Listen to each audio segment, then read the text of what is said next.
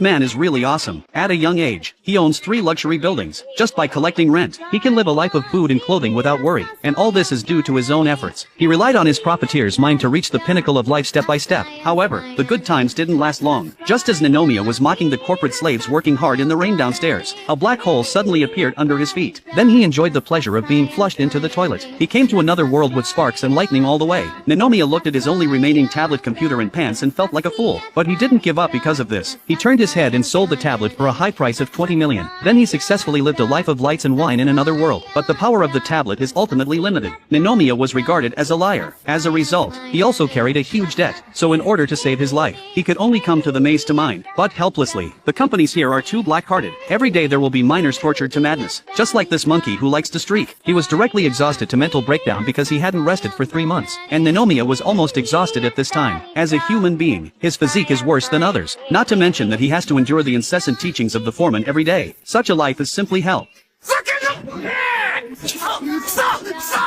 Ninomiya, who can only be furious and powerless, really doesn't understand why he came to this ghost place. He works 16 hours a day and has no rest time every week. Moreover, the dormitory is just a big room with no privacy at all. Even bathing can only be once a month. Thinking back on the life of this monk, the dignified 7-foot man couldn't help but shed tears of pain. But just then, he suddenly saw a skeleton bullying a crocodile. But Ninomiya, who is hard to protect himself, has no mind to manage this kind of idle matter. After all, his living expenses for this month are only 1 copper coin left.